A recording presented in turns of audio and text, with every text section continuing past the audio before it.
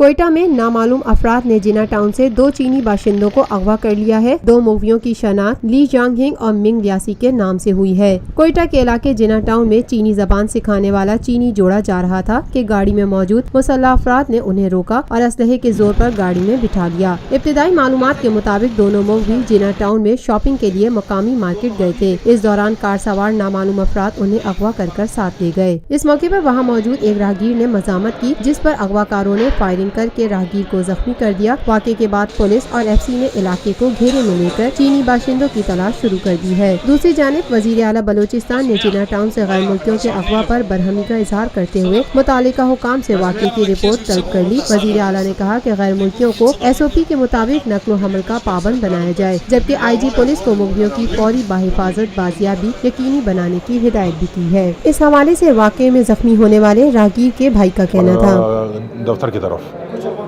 تو کچھ اغوا کار پہلے سے کھڑے تھے، انہوں نے 2 عورتیں 2 بچے تھے، ان کو زبردستی گاڑی میں بٹھا رہے تھے۔ تو بڑے بھائی نے ان کو روکنے کے لیے جب اترے تو انہوں نے کہا کہ ہم کرائم برانچ سے ہیں۔ تو بھائی نے جب ان سے پوچھا کہ اگر آپ کرائم برانچ سے تو آپ اپنی شناخت کرائیں۔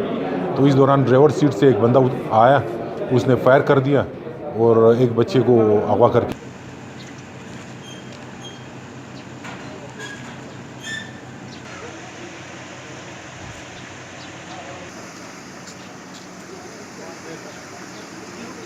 Lotus Lake Towers, a groundbreaking endeavor by Lotus Properties.